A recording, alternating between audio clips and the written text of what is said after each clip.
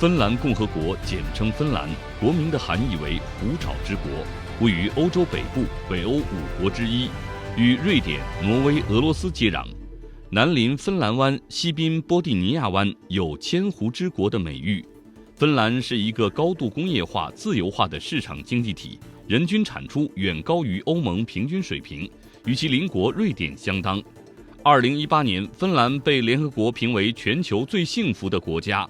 芬兰总统尼尼斯特在中国和芬兰建交65周年之际，接受中国媒体联合采访时表示，习近平主席提出的建设丝绸之路经济带和21世纪海上丝绸之路倡议，将拉近中国与世界的距离。一带一路倡议体现出的友好合作姿态弥足珍贵。本期节目，让我们一起走进美丽的千湖之国，通过芬兰驻华大使素海兰的讲述，了解芬兰独特的优势，展望中芬两国灿烂的未来。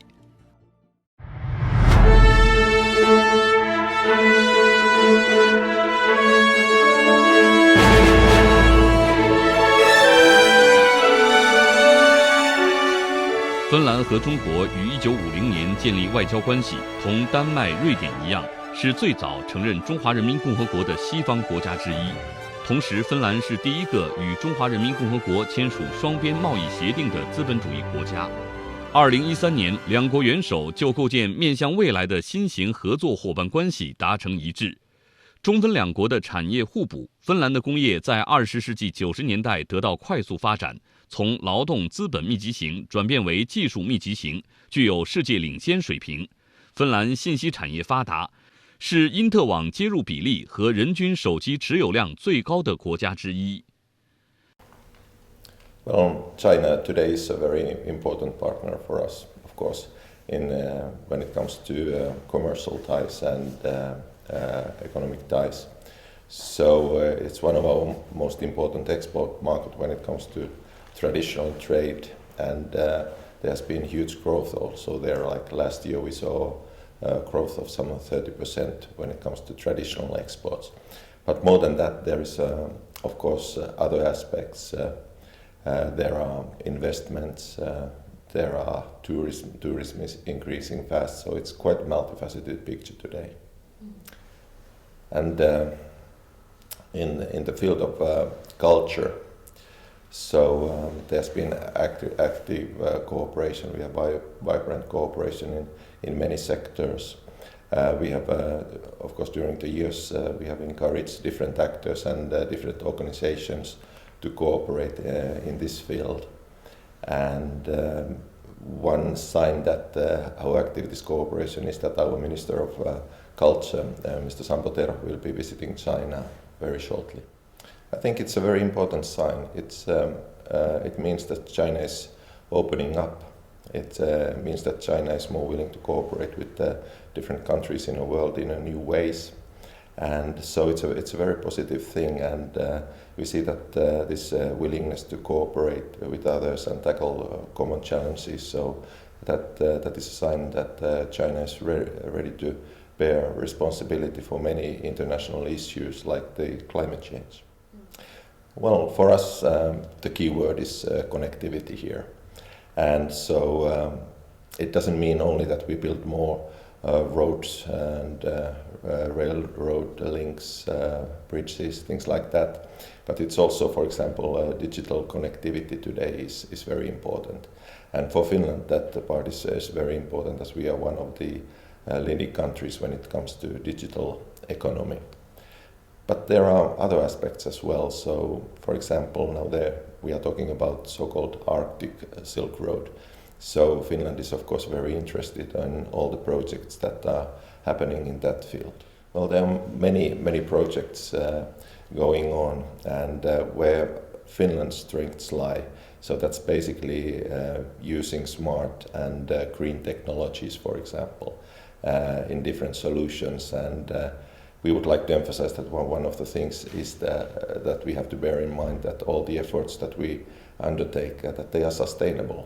So when it comes to environment, when it comes to general transparency, when it comes to rule of law, things like that.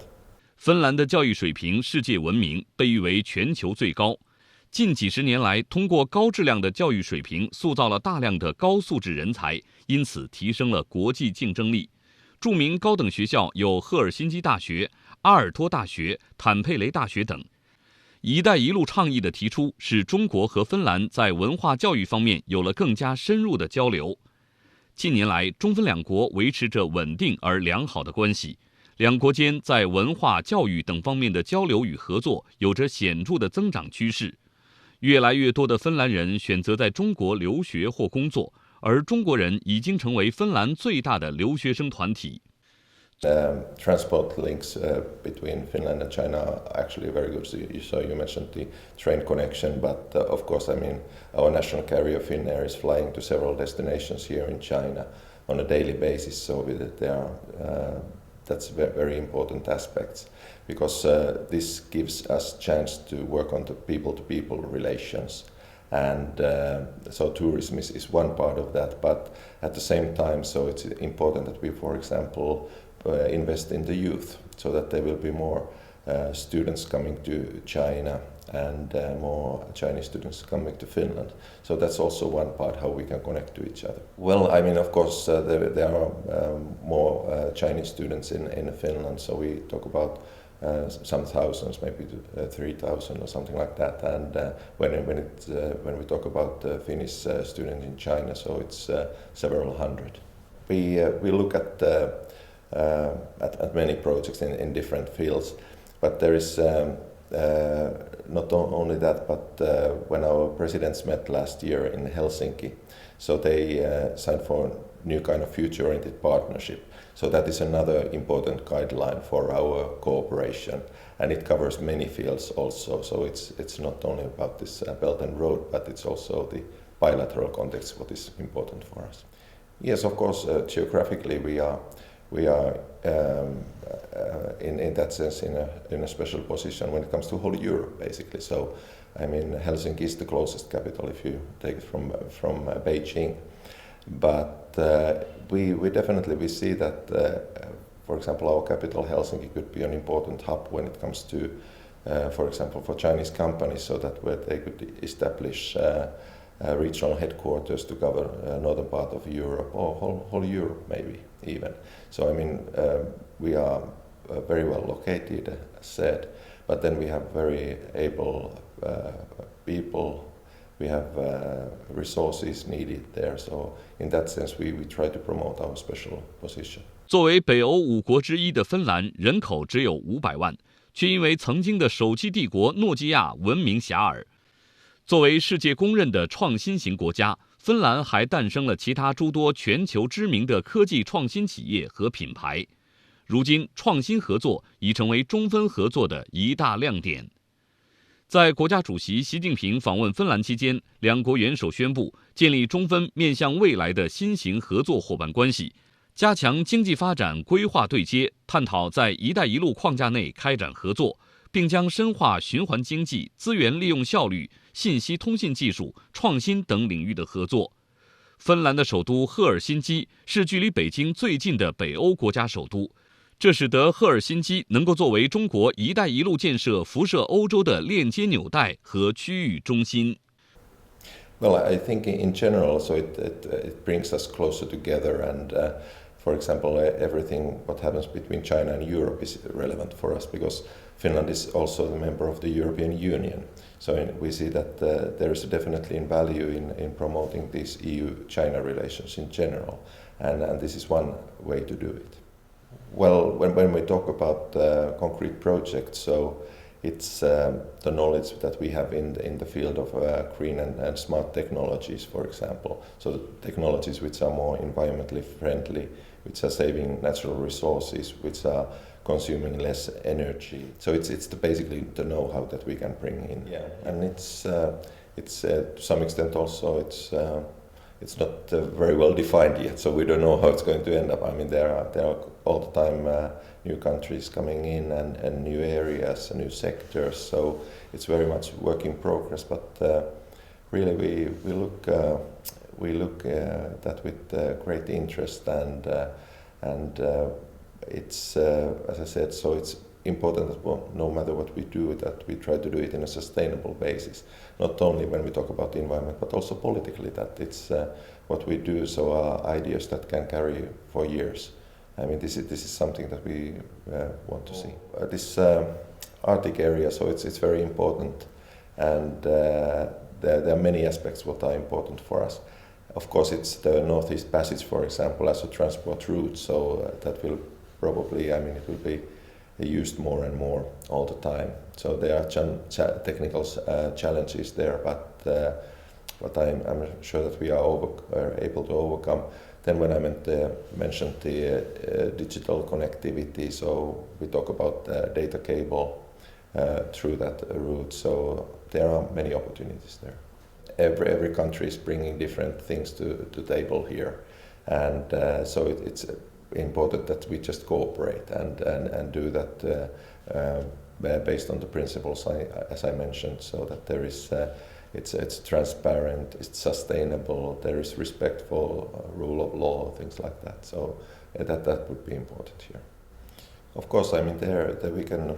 It's one way we can spread these innovations, what we are doing. So Finland is well known that we are a country of engineers, so that we can create and we can innovate, and sometimes we lack the skills of marketing maybe, but definitely, I mean, in Finland, these R&D innovations, all that, those are very important issues, and there we have a very good cooperation with the Chinese counterparts always. 中芬文化交流渊源已久，早在1980年，两国就签订了文化合作交流计划，此后每3年续签，两国间文化交流在此基础上得到蓬勃发展。如芬兰首家孔子学院在首都赫尔辛基正式揭牌，北京外国语大学成立芬兰研究中心，芬兰中国春节庙会、中国文化节、写真中国创造让传统走向未来为主题的第48届赫尔辛基艺术节，芬兰赫尔辛基市在北京西单文化广场举办你好赫尔辛基文化节等活动成功举办，社会反应良好。Well, there are. I mean, we have basically a constant flow of visitors coming to Finland and from China and then from Finland to China. So we have both directions. We have traffic, and as I mentioned, so the next one will be our Minister of Culture will be here to enhance the cultural cooperation. But then I think one of the highlights when it comes to commercial ties will be in November in Shanghai, where we have this import expo, and so Finland will be definitely there, and we see that an important opportunity to introduce Finland again to wider public as well. The cultural cooperation between Finland and China is also very active, and there are many projects ongoing there. We have during the years encouraged many actors and organizations to cooperate with each other in different fields. And one of the recent examples is the progress we have seen in movie industry. So there is, for example, interesting Sino-Finnish cooperation project. So the next Iron Sky movie, Iron Sky the Ark, it's a joint project and will be released early next year. And also our Minister of Culture, Mr. Sampo Terho, will be visiting China later this month, and I'm sure that during that visit, so we will discuss new ideas, new projects, which will pave the way for the future. 在世界全球化和“一带一路”的背景下，芬兰与中国的合作将会更加开放、更加深入。芬兰的优势产业如环保科技及智能科技，可以为中国的一带一路建设注入新的活力，从而加快一带一路建设的步伐。芬兰同中国的文化教育交流将更加频繁活跃，中芬友谊薪火相传，是两国持续互助、友好合作的基础。可以预见，在中芬两国政府和人民的共同努力下，在“一带一路”倡议的规划下，中国同芬兰的合作将会迎来一个新的发展时代。